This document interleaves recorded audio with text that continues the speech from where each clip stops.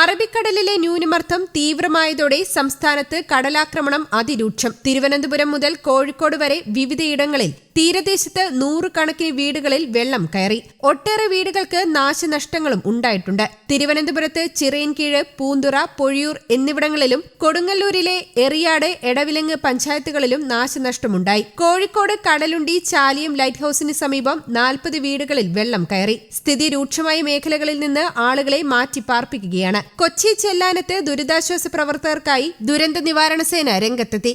കാസർഗോഡ് ജില്ലയിൽ മഴയില്ലെങ്കിലും തീരപ്രദേശങ്ങളിൽ കടൽക്ഷോഭം രൂക്ഷമാണ്. മഞ്ചേശ്വരം, മുസോടി കടപ്പുറത്താണ് രൂക്ഷമായ കടൽക്ഷോഭമുള്ളത്. കടൽ പ്രക്ഷുബ്ധമായതിനാൽ തീരപ്രദേശങ്ങളിൽ താമസിക്കുന്നവർ ജാഗ്രതയിലാണ്. ജില്ലയുടെ മറ്റു ഭാഗങ്ങളിൽ ഇടയ്ക്കിടെ ശക്തമായ കാറ്റും വീശുന്നുണ്ട്.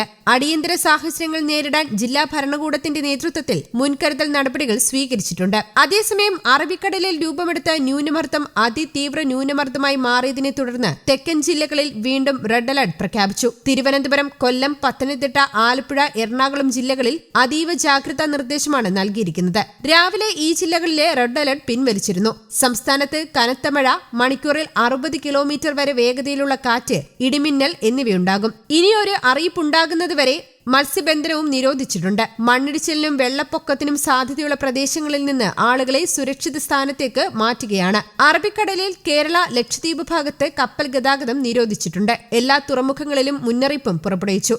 News desk, Kerala Kaumudi.